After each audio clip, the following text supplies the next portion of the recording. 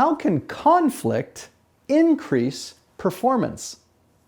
I'm Greg Schenkel, President of Unique Training and Development and Frontline Leadership Systems, and in this episode I want to look at the positive side of harnessing conflict in increasing performance.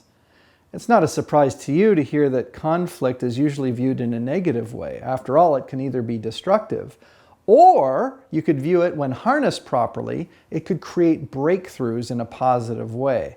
Remember that conflict is totally natural and normal at work, especially there'll be disagreements over methods, like how we do things, or the goals, whether they're reasonable or unreasonable. And there can also be conflicts over values, which is you just don't believe in the same things I believe. A little cautionary note on just the three types of disagreements: conflicts over methods, goals, and values.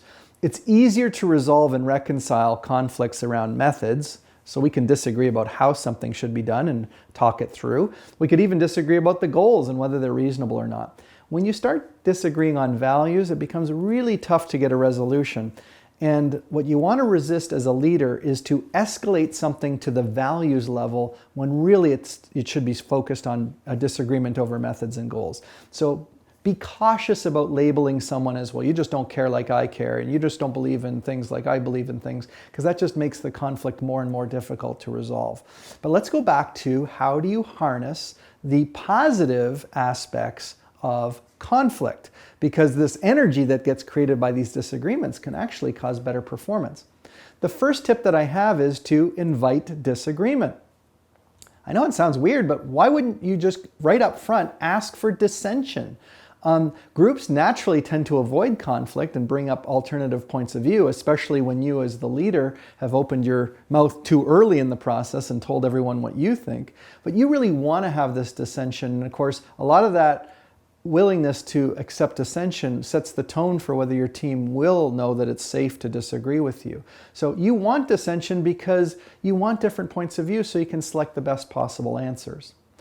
The second tip for harnessing the power of positive conflict is collaboration versus compromise. Collaboration means that we're going to hash things out and try to get to a win-win. It's not always easy to get to a win-win, but if you can get there, that means both people feel like they've gotten what they needed out of the conflict, and we actually got the best possible outcome. If instead you kind of are too quick to compromise, that means like, well, you want this and I want that, so let's meet in the middle. Everyone thinks that's the goal. It's not the goal, because that means that we both didn't get what we wanted and we have shared misery. So you want to collaborate to get a win-win wherever possible. The third tip to get the positives out of your conflict interactions would be to embrace stubborn flexibility. Embrace stubborn flexibility. And what that means is that there are times as the leader when you need to be stubborn, and there are times to be flexible, and ideally you're going to kind of bounce between the two. You might want to be stubborn about going for a collaborative win-win outcome, but you might be flexible in saying, hey, well, we could always try it this way or we could try it that way.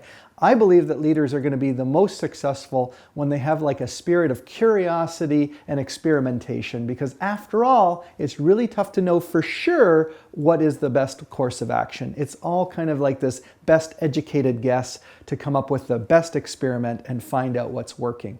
So when you've learned how to harness the positives of resolving conflict to generate the best possible performance, you're going to want to work on some of your other leadership aspects, and that you can do through harnessing our many tools and resources on our website at uniquedevelopment.com. And I have two requests of you. One is, if you're listening to this as a podcast on iTunes or Stitcher or Google Play, go in and leave a comment and a rating for us. It helps other people discover the podcast and makes us able to help more people. Or you could do that on YouTube. And also, we're always looking for ideas for the future Leader Feeder episodes, and you can transmit those to us or communicate those to us through our website or through the social media channels. No matter what stage you're in your leadership journey, let us know how we can help you excel and grow.